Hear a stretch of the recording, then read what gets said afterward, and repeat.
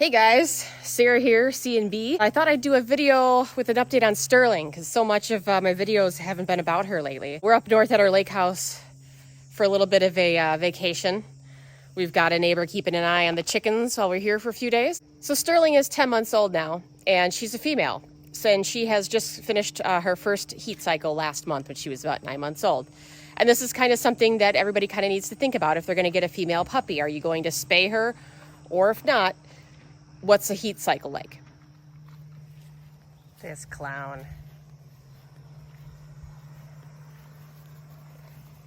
Happy girl up at the cabin.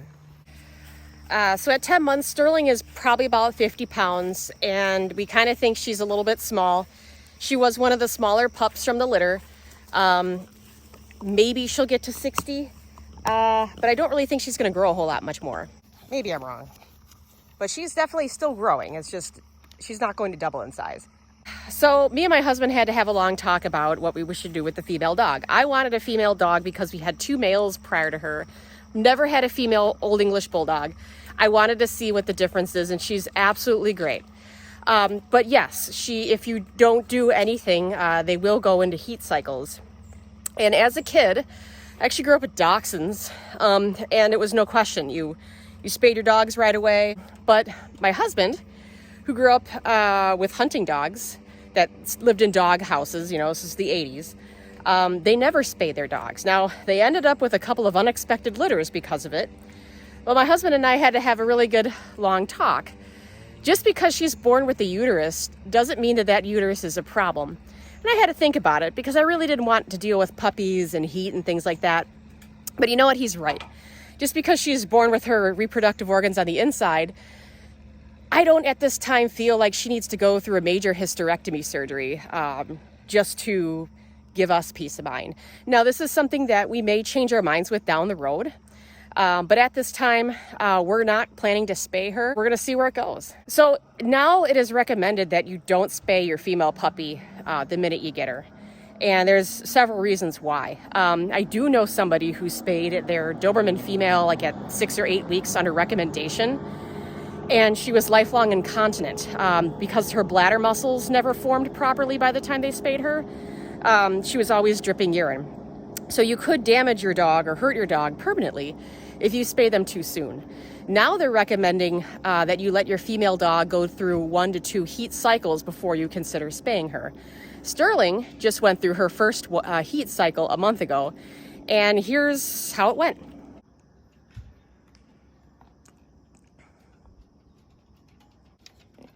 Hi, baby. She's been in the lake all morning. So I'm not going to gross you guys out with any pictures of our experience. I'm just going to tell you about it. A couple days prior to the onset of the blood, I noticed that her private parts were looking a little bit swollen. And sure enough, within a day or two of me noticing, we had little spots of blood on the ground. Now, it wasn't like gushing or anything. It was just kind of more of a trail of dots of menstrual blood on my floor. We have hard floors, thankfully. And I actually went out that night and I bought dog diapers. And it was really hard to find dog diapers that would fit her because she's over 40 pounds. But she would wear them. I mean, I didn't think she would. I mean, she just pretty much like chased her tail and tried to rip the diaper off. So it was kind of a waste. So we decided that we weren't really going to do anything about it. It really wasn't a huge, heavy flow of blood. It was manageable at times. We kept her bedding clean that she slept in at night. We did a lot of frequent washes of the beds and the blankets that are in there. Mopped our floors a lot. And we kind of went against what we were told. We kept her outside quite a bit. Now, this is going to depend on what type of neighborhood you live in and how many dogs are around. If your backyard's fenced in, things like that. Our neighborhood's pretty quiet. We do have dogs, but they're all neutered. And we just kind of kept her outside, whereas is where she wanted to be anyways. And just kind of kept an eye on her. And she ended up doing just fine. The whole process, I think, lasted like 3 weeks. It was a lot longer than I thought it was going to last. She wasn't really very moody. I'd say she probably didn't listen as good as she used to. Definitely a little bit, she would ignore us when we'd tell her to come. Really wanted to go over to her best friend, Sebastian's house, who's a male lab, neutered. And she started to get weird with him a couple times, and we just kind of pulled her away.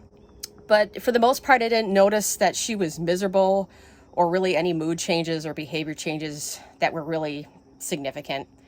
And with the blood flow and things like that, she didn't really seem to be uncomfortable or anything. She just kind of seemed to be bored, because we're not going to take her to, like, you know, a dog park or something where, you know, we're going to have two dogs getting it on right in front of us. And all it takes is a few seconds. Then you got some weird mix of puppy coming out.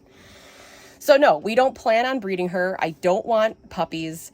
If we get a male dog one day, we might end up having to spay her or neuter him. We'll figure out and that whole thing when it comes. But it's been about a month since she's finished her heat.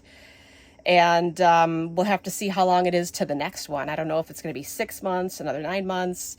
Larger breed dogs, they say that it's kind of a more of a time between cycles, things like that. We did find a place that if we wanted to go on a vacation and board her, that they would take her if she's intact. And there's a lot of places that will not take intact male and female dogs because they don't want the liability. But we found a place that does take them. And so if we ever go on a vacation and she goes into heat, she's got a kennel they can keep her in. She won't be able to play with other dogs, but the staff will play with her. And that's gold to me. But for now, we're just going to leave her as is. She's a happy girl. Other than that, at 10 months, we've pretty much don't have accidents in the house anymore. Unless we ignore her and then she really has to go and can't hold it, which would be our fault. Kind of listens well. We need to get her back into obedience school. We gave her, we went through a series of classes when she was like 2 months old, but she definitely doesn't, she has a jumping problem, likes to jump because she's very excited to see people. We got to work on that. Definitely very smart. She has picked up so many human words. The other day, as a joke, around dinner time, I told her to go check her bowl to see if there's any food in there, and she actually did. She's, her vocabulary of human words is impressive at this point. But no, she's still, a lot of the puppy biting and chewing, that's decreased. She still likes to chew shoes, so we still have to hide them. We expect that that's going to be like that for a while. Peterbilt, our male bulldog before that, I think chewed shoes like 5 or 6. Hopefully we don't have to have it that long with her. One thing we have noticed with our female Old English Bulldog that we didn't see with our males is that she needs constant affirmation that we still love her. In the morning, we cannot pick her up out of her puppy pen until we give her at least 5 minutes of pets, belly rubs, and snuggles. We go on walks. She's constantly looking back up at us to make sure that we're happy with her still. She's just very worried about if we're mad at her in any way. But like our male bulldogs, she's kind of a nanny dog. She's very protective of the kids. If the kids start wrestling, she gets involved. She tries to break it up. She doesn't understand that they're playing. If we give the kids, like, you know, an airplane ride or something like that, she loses her shit, just like the other ones used to. And that's why Old English Bulldogs make an excellent family dog, is that they love their children. They love their pack. They'll do anything for their family. They're very protective. That thing is going to be decimated by the time we go home, isn't it, girl?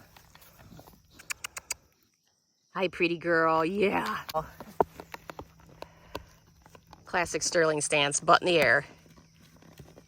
All right, guys, we'll have more chicken and bulldogs videos to come. Be sure to like, share, and subscribe. Things are only going to get more interesting as we head into the fall and the winter here in Minnesota. We'll see you later.